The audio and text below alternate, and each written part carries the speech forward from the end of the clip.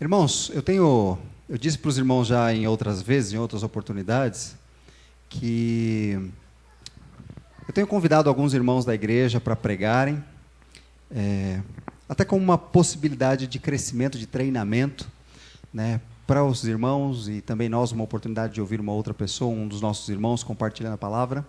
E eu convidei o Marcos. Pode vir aqui, Marcos, nós vamos orar por você. O Marcos vai compartilhar conosco a palavra do Senhor. Então esteja disposto a ouvir o que o Senhor quer falar, como o Senhor quer nos ensinar. Tá bom? Vamos orar mais uma vez? Senhor, eu quero pedir que o Senhor nos ajude aqui agora, usando a vida do Marcos, teu filho, teu servo, que há tantos anos já segue ao Senhor, busca ao Senhor, quer servir ao Senhor, e já tem compartilhado a tua palavra em outras oportunidades, mas o fará agora aqui conosco. Quero pedir que o Senhor o use, o capacite, dê a ele, a Deus, condições de fazê-lo com fidelidade, expor a tua palavra com fidelidade. Eu peço assim por ele, peço por nós, que o Senhor dê os nossos corações abertos para ouvir a tua palavra e sermos mexidos, mudados, modificados, transformados, incomodados. Nos conduz, Senhor. Eu oro assim em nome de Jesus Cristo. Amém. Boa noite, irmãos. Graça e paz. Confesso para os irmãos que hoje foi um dia muito feliz, né? Um dia muito bom. Nós passamos o dia juntos aqui. Isso encheu o nosso coração de alegria.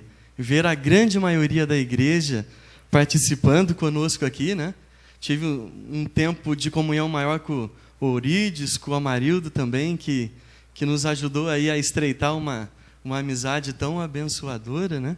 Foi muito bom nós estarmos aqui reunidos com os irmãos. E eu agradeço a Deus pela comunhão que nós temos uns com os outros e por estarmos aqui nesse momento também para compartilharmos a palavra de Deus. O pastor Felipe é bem corajoso também, né? Eu agradeço a ele por isso, por essa ousadia e coragem, né? Eu estou brincando com os irmãos, mas nós vamos compartilhar da palavra do Senhor, que é o que é mais importante, né?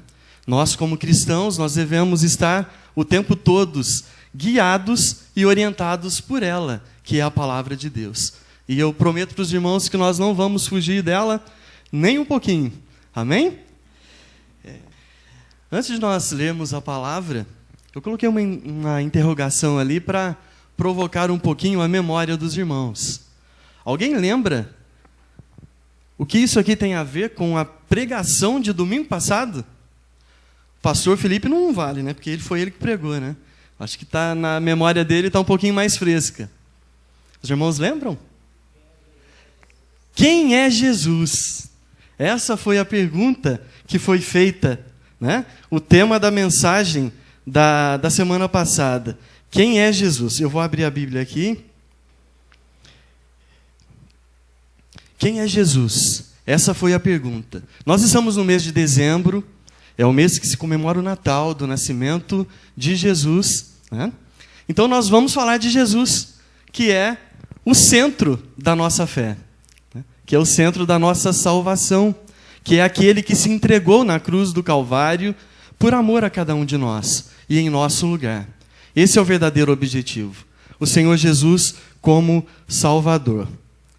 Eu coloquei uma figura aí bem ilustrativa sobre um texto bem conhecido do Novo Testamento, que aconteceu aí num contexto pós-ressurreição, né? Um contexto pós-ressurreição que na realidade é o início da era da graça, né? Da nossa caminhada com o Senhor Jesus até a sua segunda vinda, até o momento em que Ele nos arrebatará e nós moraremos com o Senhor eternamente, né?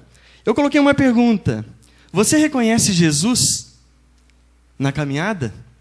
Durante a semana ainda coloquei no grupo lá de quarta-feira essa pergunta, né? Você consegue reconhecer Jesus? Como que você reconhece Jesus durante a sua caminhada? O Rodrigo ainda brincou lá, né?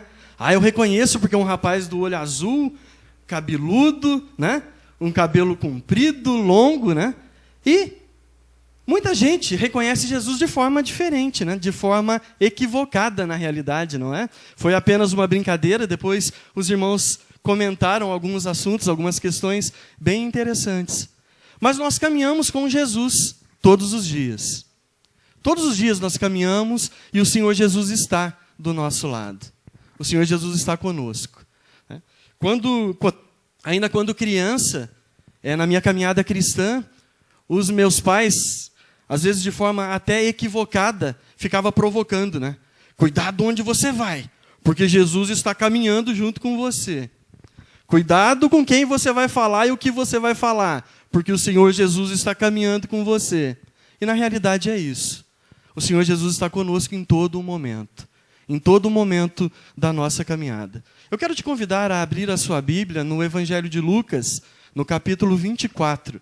Nós vamos ler alguns versículos. Eu coloquei aqui no quadro, se você também não quiser abrir e quiser acompanhar aqui, se tiver possibilidade de ler, por gentileza, leia conosco.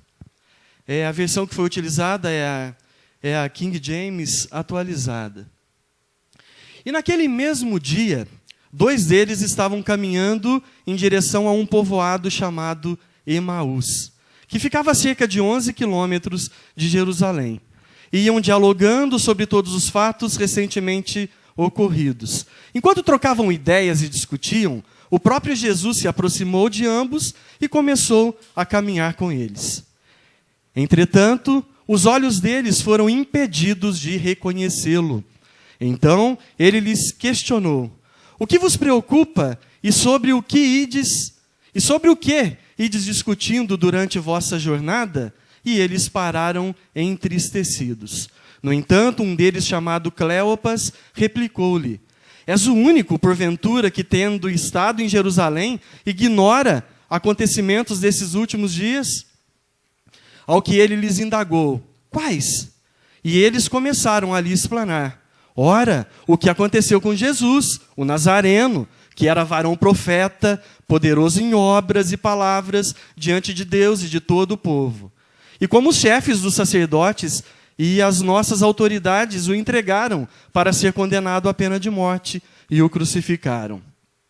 E nós acreditávamos que fosse ele quem havia de trazer a total redenção a Israel. Mas hoje já é o 3º dia desde que tudo isso aconteceu. E nada aconteceu. É verdade também que algumas mulheres seguidoras conosco nos assustaram, porquanto foram de madrugada ao sepulcro, mas não encontraram o corpo de Jesus. Contudo, voltaram e nos relataram que tiveram uma visão de anjos, que lhes asseguraram que ele vive. De fato, alguns outros seguidores entre nós foram ao sepulcro e encontraram tudo exatamente como as mulheres haviam informado, porém não viram a ele. Então lhes admoestou Jesus: ó tolos de entendimento e lentos de coração, para crer em tudo quanto os profetas já declararam a vós.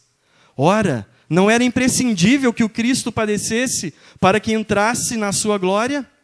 Então, iniciando por Moisés e discorrendo sobre todos os profetas, explanou-lhes o que a seu respeito constava em todas as Escrituras. Ao se aproximarem do povoado para o qual se dirigiam, Jesus fez com quem ia continuar a caminhada, seguindo mais à frente. Porém, eles muito insistiram, rogando-lhe: fica conosco, pois é tarde e o dia já está chegando ao fim. Então, ele entrou para ficar com eles. E aconteceu que, quando estavam reclinados ao redor da mesa, tomando ele o pão, deu graças, partiu e deu a eles. Neste mesmo instante, se lhes abriram os olhos e o reconheceram. Ele, contudo, desapareceu diante dos olhos deles. E questionaram entre si: porventura não vos queimava o coração quando ele, durante a nossa caminhada, vos falava, quando nos explicava as Escrituras?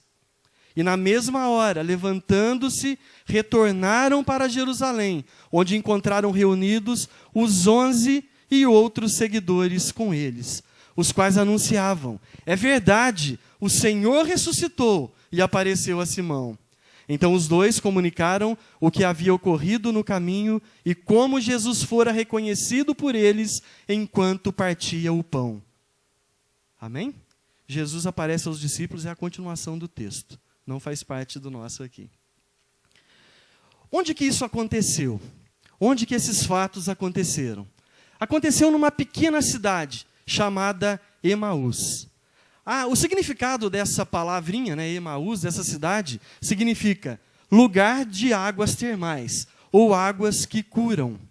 Era um vilarejo, na realidade, que ficava a noroeste de Jerusalém, cerca de 11 quilômetros. Como se nós estivéssemos aqui e Emaús estivesse na direção de Joanópolis, por exemplo, né? A noroeste de... Acho que eu estou me orientando certo, né? Acho que é. A noroeste de Jerusalém. Cerca de 60 estádios de medida romana lá, né? No Novo Testamento, que equivale aproximadamente a 11 quilômetros de distância. E nenhum outro lugar cita essa cidadezinha, e hoje ela não existe mais. Não existe nenhuma referência em relação a esse povoado.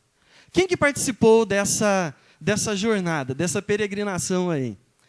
2 viajantes, mais um, eu coloquei aí, né? Um terceiro caminhante começou acompanhando eles pelo caminho. O primeiro é Cleopas.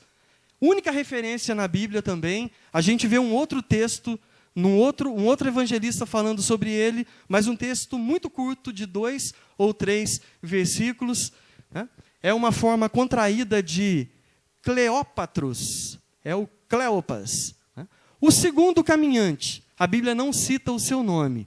Alguns historiadores colocam esse segundo caminhante como Lucas, o próprio evangelista que está narrando a história, pela riqueza de detalhes que ele coloca no texto lido. Né? Outros historiadores, eu já vi outros citando que esse outro discípulo era uma outra pessoa.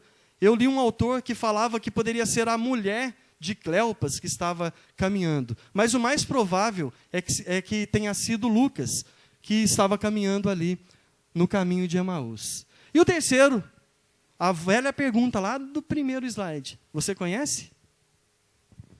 Você conhece o terceiro caminhante? Ele já caminhou com você? Ele caminha com você? É uma reflexão que nós devemos fazer. É o próprio Senhor Jesus, que estava caminhando com eles e que não foi por eles reconhecido durante a caminhada. Quando que isso aconteceu? Final da tarde do domingo, porque o texto diz que quando eles chegaram, eles convidaram Jesus para entrar, porque o dia já estava terminando. Se nós fizermos um cálculo rápido aí, né? Caminhada de 11 quilômetros, estrada cheia de buraco, de pedra, sandália tipo alparca de couro com trancinha, com tira de couro de última geração lá, difícil para caminhar, caminhando a pé. Né? Se a gente colocar aí 4 km por hora de caminhada, eles tiveram 3 horas mais ou menos de tempo nessa caminhada aí de Jerusalém até Emaús. O que de sugestivo pode acontecer numa caminhada de 11 quilômetros? Imagina vocês aí. Imagina, se você que gosta de encarar esse desafio. 11 quilômetros caminhando. Eu vou gastar as 3 horas. Talvez a Alci gaste uns 10 minutos, né? 15 minutos. Eu vou gastar 3 horas. E olha lá ainda, viu? E olha lá.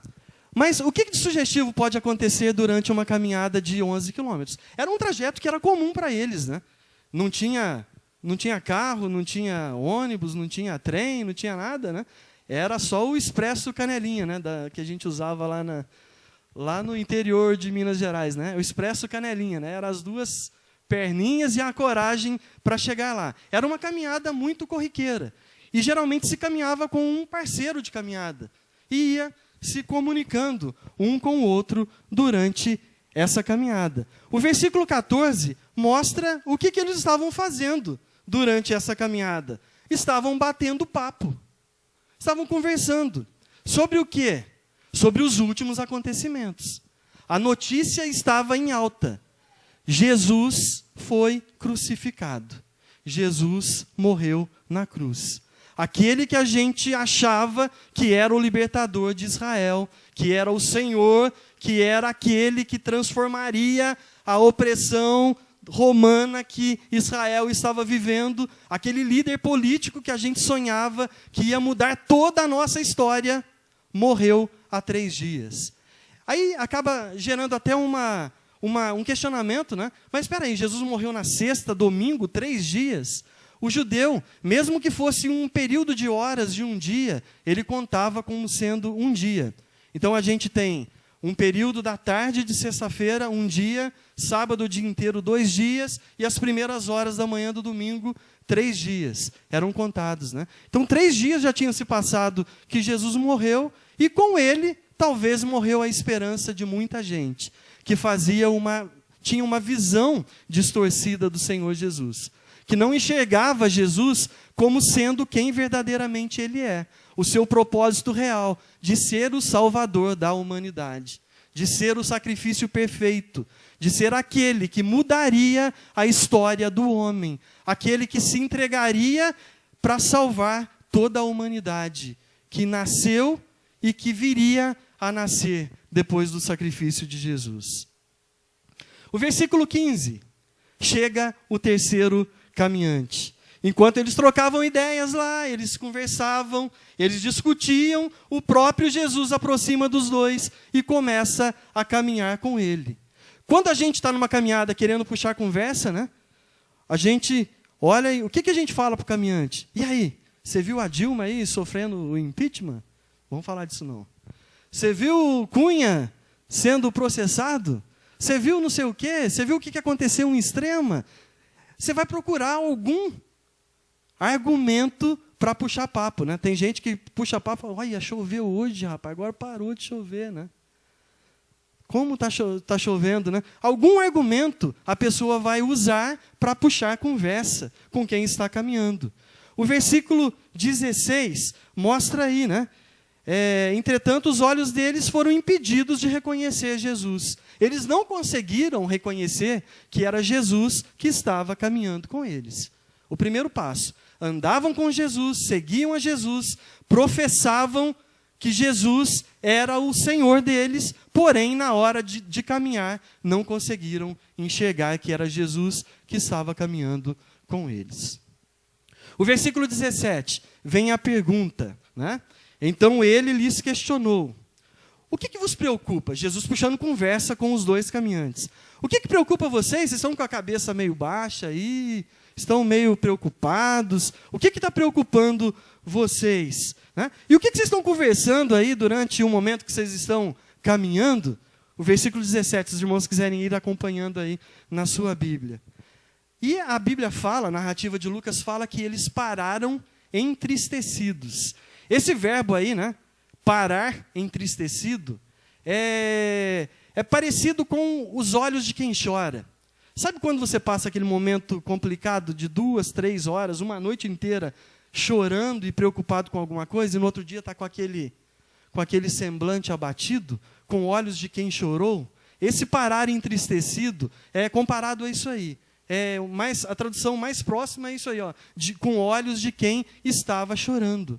Estava chorando realmente porque tinham perdido toda a sua esperança. Tinham perdido toda a sua... tudo que eles tinham apostado, né? Tudo que eles estavam esperando foi-se embora. Eles imaginavam Jesus como uma forma e Jesus vai e morre. E tudo parecia estar acabado. No versículo 18 vem a resposta dessa pergunta aí, né? No entanto, Cleopas olhou para Jesus e falou, você está maluco? Será que você não estava aqui em Jerusalém nesse fim de semana? Você não viu o que aconteceu? Você não viu o que aconteceu? Você não viu que Jesus, o Nazareno, ele foi morto? Você ignora os últimos acontecimentos? Aí Jesus vai e pergunta para ele, mas o que aconteceu, né? Como se não soubesse de nada. E eles começaram a explanar para Jesus. E começaram a dizer, ora, Jesus, o Nazareno, que era varão profeta, poderoso em obras e palavras diante de Deus e de todo o povo, e como os chefes dos sacerdotes e as nossas autoridades o entregaram para ser condenado à pena de morte e o crucificaram, né? Eles vão falando para Jesus, né? Olha como que eles reconhecem a Jesus. Quem que era Jesus, né? Jesus fez a pergunta para eles, né? Eles responderam, Jesus era varão profeta, poderoso em obras e em palavras. uma visão muito superficial de quem era Jesus.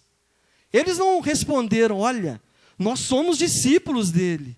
Ele era o Senhor da nossa vida. Era nele que nós apostávamos todas as nossas fichas. Toda a nossa confiança estava colocada nele. Ele era o Senhor. Ele era Deus que estava aqui conosco. Ele era aquele que os profetas já tinham dito que ele viria para restaurar toda a humanidade. Eles não conseguiam enxergar a Jesus da forma como Jesus era. Eles não reconheciam Jesus como o Messias, como o libertador. Eles não conseguiram reconhecer Jesus dessa forma. No versículo 21 vem a dúvida deles, né? Olha aí, ó, nós acreditávamos, a gente acreditava, né? Nós deixamos de acreditar que ele poderia ser o libertador de Israel. Já passou 3 dias e nada mudou, nada aconteceu. Tiveram testemunhas disso aí e disseram: olha aí, as mulheres foram lá visitar o túmulo de Jesus, o túmulo estava vazio, anjos estavam sentados na porta, na frente do sepulcro, eles falaram que Jesus não estava mais lá, porque Jesus havia ressuscitado. Outros seguidores confirmaram que as mulheres estiveram lá, e a prova maior, o sepulcro está vazio, mas nós não reconhecemos Jesus. A pergunta deles é: o que fizeram com Jesus? Eles não reconheceram que Jesus ressuscitaria após o 3º dia. Eles achavam que alguém tinha desaparecido com Jesus, e que toda a esperança deles estava depositada dentro do túmulo. Eles não reconheciam Jesus. Aí Jesus vai e dá-lhe aquele bom puxão de orelha, né? Jesus olha para eles: como vocês são tolos de entendimento, como vocês são lentos de coração para processar tudo o que já está escrito nas Escrituras, né? Para crer no que os profetas já tinham escrito lá na palavra de Deus. Eles tinham uma visão errada de Jesus, né? Talvez se a gente fosse parar para perguntar para muitos aí, né? Quem que é Jesus para você, né? Qual que é a visão que você tem de Jesus? Qual que é a visão que você tem de Jesus caminhando com você na sua caminhada? Talvez ele responderia para você: ó, Jesus é aquele que vai me evitar a pagar a conta da farmácia, porque eu nunca vou ficar doente, porque Jesus que vai me curar. Ou então, é aquele que vai me dar carro novo, vai me dar casa na praia, vai me dar casa de campo, é aquele que vai fazer a minha conta bancária ficar sempre alta, né? Ou então, se for uma mulher, né, vai olhar lá: quem que é Jesus para você? Ah, Jesus é aquele que vai transformar aquele marido grosseirão que eu tenho, né, que só me trata mal, naquele homem doce, meigo, carinhoso, simpático, romântico, que vai me levar rosas todos os dias no final da tarde, né? E aí vai pegar o buquê de rosas, vai jogar pétalas por todo o caminho que eu vou passar, né? Ou então, se for um homem, né, eu já pensei em comida, né? Não sei porquê, mas eu pensei, né? Minha mulher vai se transformar na melhor cozinheira que existe, né? Vai me fazer todos os melhores cardápios, né? Os meus filhos vão ser perfeitos, vão passar em primeiro lugar na USP, na Unicamp, vão para Harvard, vai passar no ITA, né? Em primeiro lugar, nunca vai me dar problema, eu vou ganhar na Mega Sena, enfim. Jesus, se perguntar para ele quem é Jesus para você, vai ser tudo isso aí. Mas será que essa é a verdadeira visão de Jesus? Será que essa é a verdadeira visão? Jesus pode me dar tudo, né? Jesus pode me dar tudo, pode me dar coisas materiais, pode ir me dar saúde, né? Porque o Senhor faz tudo por nós, Ele caminha conosco. Ele mesmo diz, né, sem mim nada podeis fazer. Tudo que nós fazemos está sob a direção de Jesus, e o Senhor está sempre caminhando conosco. Ele está sempre ao nosso lado, Ele está sempre nos sustentando. Mas essa não é a prioridade, essa é uma visão distorcida de Jesus. Nós esperávamos, pretérito imperfeito do indicativo. Um dia eu esperei, agora eu não espero mais, né? Isso aí significa desacreditar, viver sem esperança, né? Viver sem esperança. Quantas pessoas nós conhecemos que já serviram a Jesus um dia e hoje já não serve mais? Frequentavam uma igreja evangélica um dia e hoje já não frequenta mais. eu não vou mais na igreja porque na igreja tem isso, na igreja tem aquilo. Eu não vou ser crente mais porque acontece isso, acontece aquilo. Eu fiquei decepcionado com A, fiquei decepcionado com B. Eu não vou ser mais na igreja. Se a gente fizer uma estatística de quantas pessoas já estiveram nos caminhos do Senhor e hoje já não mais reconhecem Jesus andando com eles, esse número é muito assustador. É muito assustador. Por quê? Porque esperava algo que o Senhor Jesus, na realidade, não é. E quando eu tenho uma visão distorcida de Jesus, o que eu gero no meu coração é desesperança. Há pouco tempo, nós morávamos num lugar, estávamos de frente de um senhor que olhou para mim e falou: nunca mais eu piso numa igreja evangélica. Porque eu ia na igreja, o pastor foi lá e falou para mim: vem aqui que eu vou impor as mãos na tua cabeça e eu vou ordenar que você vai ser curado e você nunca mais vai ter essa dor. E o pastor orou para mim e nada me aconteceu. E eu devagarzinho estou caminhando para a sepultura. Essas palavras que ele usou. Eu estou morrendo, eu estou com um câncer que está me matando, que está me consumindo, e Jesus não fez nada por mim. Então eu nunca mais piso numa igreja evangélica. E conversando com ele, explicando o verdadeiro sentido de seguir a Jesus, eu falei com ele: não é isso o verdadeiro evangelho. Não é isso, não é isso. O próprio apóstolo Paulo viveu incomodado por algo que não se resolveu durante toda a sua caminhada. E a resposta de Deus para Paulo foi: a minha graça te basta. Existem coisas na nossa caminhada que não vão ser resolvidas. Existem problemas do meu cotidiano que não vão se solucionar. Existem calos que eu vou carregar para toda a vida. E não vai ser solucionado, mas também não vai me impedir de caminhar com Jesus. E não vai impedir de Jesus estender a sua mão e caminhar junto comigo por todos os dias da minha vida.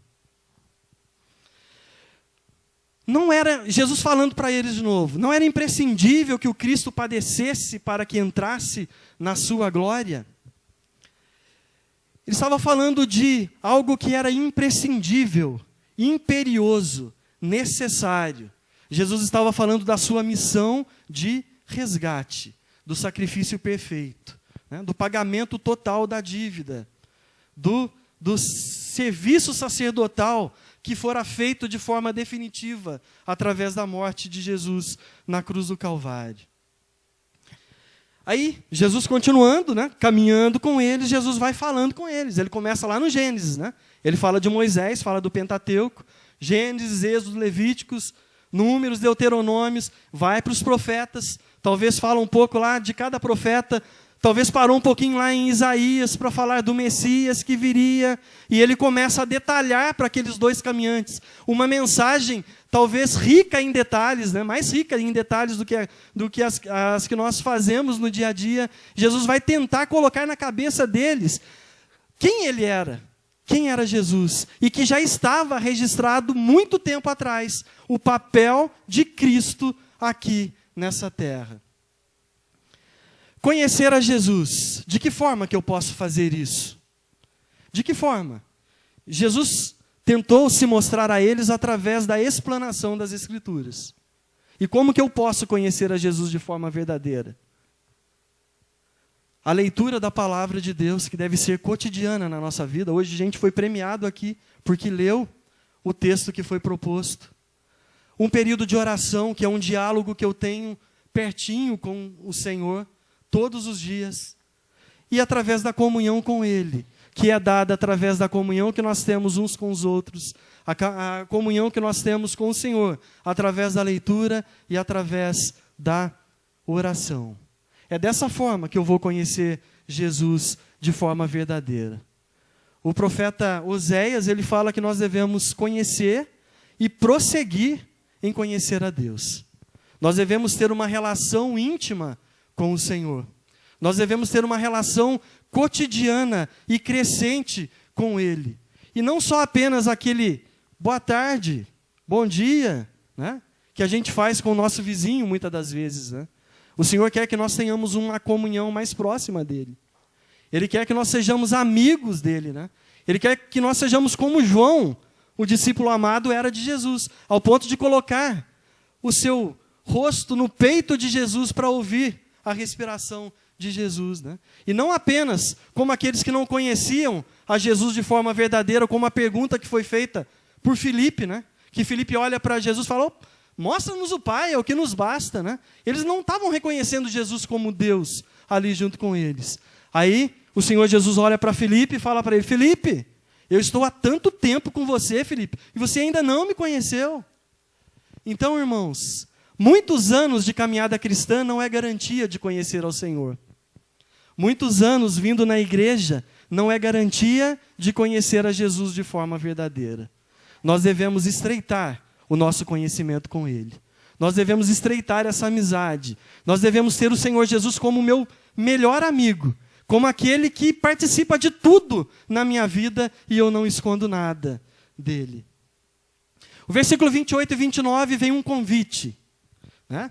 Versículo 28 e 29, a gente tem lá, quando eles se aproximavam do povoado, eles chegaram na casa onde eles estavam, Jesus fez com quem ia um pouquinho mais para frente, né? Falou para eles: "Ó, vocês chegaram, eu vou mais para frente, né? A conversa tá boa, aquele negócio todo lá, né? A conversa tá boa, mas eu tenho que ir, que tem que fazer não sei o que lá, então vamos que vamos, né?" Aí eles começam a insistir: "Não, você não pode ir, fica aqui com a gente, dorme aqui com a gente, está chegando o fim do dia, é perigoso lá fora, vem cá, fica com a gente, entra na nossa casa, vem aqui para a gente tomar uma sopa juntos, vem cá, entra aqui." Aí Jesus vai e concorda. Eu coloquei uma frase ali, ó, que Jesus não força a entrada no coração do homem. Tem um versículo muito interessante de Apocalipse 3:20, que diz que: "Eis que estou à porta e bato. Se alguém ouvir a minha voz e abrir a porta, entrarei em sua casa e com ele cearei e ele ceará comigo." Muitas das vezes nós interpretamos esse texto como sendo para quem não conhece a Jesus como Salvador. E eu preciso anunciar o Evangelho para que ele conheça e abra a porta do coração para Jesus entrar.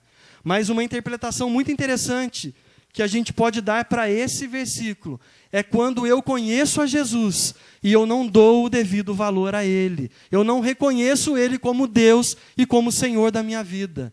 Quantas das vezes eu quero ser Senhor do meu caminho? Eu quero resolver tudo ao meu bel prazer. Eu quero resolver tudo da maneira como eu acho que devo fazer. E aí, quando tudo dá errado, quando eu tentei por todos os métodos, eu tentei por todos os caminhos, e eu não consegui, a hora que não tem outra saída, aí eu vou procurar a Deus, né? "Ô Senhor, ó, eu sei que está difícil aqui, eu já tentei de todo jeito, né? E aí não deu certo, mas eu esqueci de colocar o meu coração aberto para o Senhor tomar a direção, para o Senhor tomar a frente de tudo, para Deus conduzir a minha vida e fazer tudo de acordo com o querer dEle, de acordo com o que Ele quer para nós." Esse deve ser a nossa verdadeira conduta. Abrir o coração e deixar Deus tomar conta. E ter a segurança de saber que o Senhor é quem nos guia. O Senhor é Senhor da minha vida. Não é o Senhor Marcos, é o Senhor Jesus que toma as decisões. Eu preciso apenas pedir a orientação dEle para seguir o meu caminho. Versículo 30, eu estou terminando já, irmãos. Reconhecimento, né? A hora que eles reconheceram a Jesus de forma verdadeira, nós temos 4 ações ali. Primeiro, Jesus toma o pão, aí ele dá graças, aí ele parte o pão, distribui entre as pessoas que estavam ali e entrega a eles. Nesse momento, acendeu a lâmpadazinha. É Jesus que estava conosco e a gente não conseguiu enxergar. No momento do partir do pão, eles conseguem reconhecer que Jesus estava caminhando com eles todo o tempo. E eles não reconheceram a Jesus. Eles abriram os olhos deles foram abertos. Isso significa mudança de atitude. Não existe tempo para eu reconhecer Jesus no meu caminho. Talvez a gente caminha por tantos caminhos, por tantas dificuldades, e não reconhece a Jesus. Mas não existe tempo. Existe um momento de reconhecer e mudar de atitude. Não ardia o coração quando ele estava falando lá sobre a Bíblia? Não ardia o coração quando ele estava citando o Pentateuco, quando ele estava citando os profetas? Não tinha transformação? Como que a gente pôde não reconhecer Jesus? Então, quando nós lemos a palavra, ela tem que arder o nosso coração. Nós temos que ter prazer em estar em comunhão com a palavra de Deus. O versículo 33, 34 e 35, ele dá a ideia de movimento. Né? O anterior, mudança de atitude. Aqui é de movimento. Terminaram de reconhecer Jesus. Jesus saiu de perto deles. Né? Jesus desapareceu da frente dos olhos deles. Naquele momento, eles falaram, a gente não pode ficar aqui. A gente tem que voltar lá e testemunhar que Jesus está vivo e que Ele é o Senhor. Né? Então, imagina, 3 horas de caminhada. 3 horas de caminhada andando a pé. Se fosse eu, ia colocar a perna para cima umas 4 horas primeiro, né? Para depois voltar. E eles já viraram no outro pé e vão para Jerusalém de novo. Eu acho que agora foi mais rápida a caminhada. Eles saíram correndo. Né? Aí dá a ideia para nós que nós não podemos ficar parados no lugar que nós estamos. Quando eu reconheço a Jesus, eu quero anunciar as boas novas a outras pessoas. Eu quero mostrar a outros que o Senhor é Deus da minha vida. Eu quero resplandecer o Senhor através dos meus atos, através das minhas palavras, através do meu viver cotidiano. Nós precisamos provocar essas mudanças nas nossas vidas. Eles reconheceram e nós também devemos reconhecer a Jesus. O que nós poderemos aplicar desse texto de Lucas para a nossa vida, desse fato? A primeira coisa, ter uma visão verdadeira de Jesus. Reconhecer Jesus da maneira como Ele é, o Senhor das nossas vidas. É interessante, eu estava preparando essa mensagem, eu pensei numa pergunta que o pastor fez para mim, um dia que ele foi lá em casa. Ele perguntou para mim, né? Quando que você realmente conheceu Jesus na sua vida? Eu falei para ele, a vida inteira, né? Eu já fui da igreja, né? Meus pais se converteram quando eu tinha 5 anos de idade. Eu falei, não é isso que eu te perguntei. Eu te perguntei quando que você reconheceu Jesus na sua vida. E eu não consegui responder para ele naquele momento. Né? Agora, preparando essa mensagem, eu estava lembrando de um fato que aconteceu comigo, que eu tinha 9 anos de idade. Não vou contar detalhes aqui, um dia a gente pode conversar sobre isso. Eu tive uma nefropatia muito delicada, os meus rins pararam de funcionar, e eu era filho único nessa época. Os médicos chegaram para os meus pais, né, e questionavam efusivamente, mas por que vocês têm só um filho? Por que vocês não tiveram mais? Né? E olhou para o meu pai e falou, eu vou ser bem honesto com o senhor, eu não sei o que fazer, não tenho o que fazer. Seu filho vai morrer, não dá para tratar, não dá. E nós tivemos um verdadeiro encontro com Jesus naquela noite. A minha mãe, a hora que viu que a situação estava preta mesmo, estava no fim de tudo, dobrou os joelhos e implorou pela misericórdia de Deus. E o milagre não é coisa encomendada, mas Deus tinha um propósito na minha vida. E o Senhor permitiu que a minha jornada prosseguisse. O Senhor permitiu. Algum tempo depois, um pastor amigo nosso olhou para mim e falou, olha, o que aconteceu com você? Você pode, a partir de agora, ser usado grandemente nas mãos de Deus ou ser usado grandemente nas mãos do diabo, porque Deus te deu uma nova oportunidade.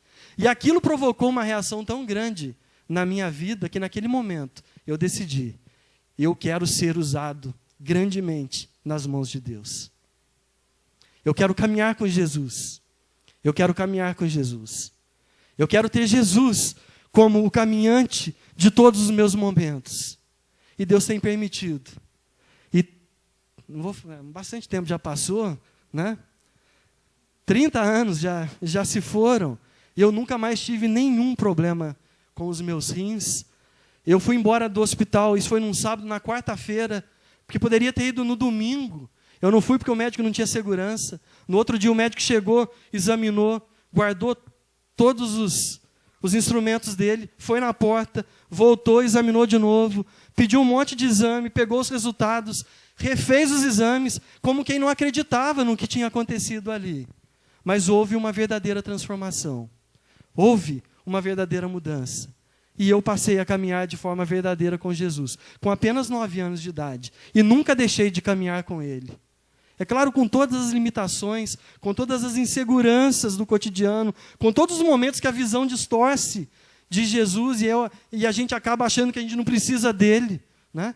Mas eu continuo caminhando com Ele. E eu não vou deixar de caminhar com Jesus em todos os momentos que eu caminhar aqui nessa terra.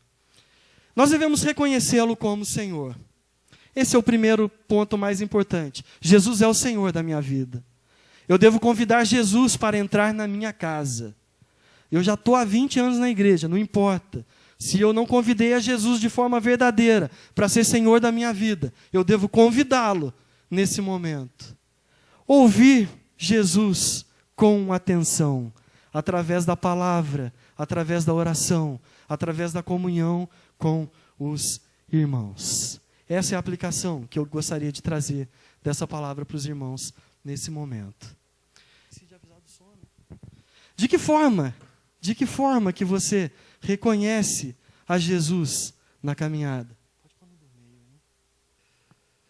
Tem mais 2 aplicações, né? Anunciar aos outros que Jesus ressuscitou e Ele é seu Senhor e reconhecê-lo como Senhor da sua vida.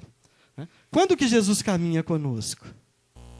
Fantásticos que eu vi nos últimos tempos. O Senhor Jesus, quando olha para a igreja, Ele fala, né? Eis que estou convosco todos os dias, até a consumação dos séculos. O Senhor Jesus caminha conosco. Amém?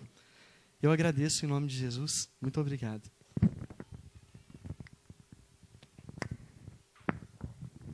Nós vamos orar. Senhor, te agradecemos por ouvir esse trecho da Tua palavra, de logo quando o Senhor ressuscitou, e como o Senhor apareceu com os seus discípulos, para os seus discípulos, e como ainda era difícil para eles entender o relacionamento com o Senhor, e quem o Senhor era, na verdade. Pai, nós estamos nos aproximando de uma época, ou de uma data, onde nós celebramos a sua vinda à terra, por nós. Nós reconhecemos isso. E por isso, queremos refletir sobre quem é o Senhor. Quem é o Senhor Jesus. E é importante, ó Deus, nos ajuda. Nós precisamos disso. Obrigado pelo desafio de hoje. Assim como o Senhor desafiou aqueles irmãos ali em Emaús, na estrada de Emaús. E eles responderam depois de um tempo, mas o Senhor os ajudou a entender quem é o Senhor de verdade. Eu quero pedir que o Senhor nos ajude aqui a lapidar nosso conhecimento do Senhor, o nosso reconhecimento do Senhor e a aumentar em nós o relacionamento que temos e podemos ter com o Senhor. Então, ó Deus, eu quero pedir pelos meus irmãos, pedir por mim, que nós aumentemos o relacionamento contigo. Nesta época, somos chamados a lembrar, não que só nessa época devemos ter, mas somos chamados a lembrar que temos e precisamos cultivar este relacionamento contigo. Então nos ajuda, Senhor, de fato, a nos aproximarmos de Ti. Eu oro assim, ó Deus, clamando por nós, por esta igreja, pelos meus irmãos, e eu peço isso em nome do Senhor Jesus Cristo. Amém.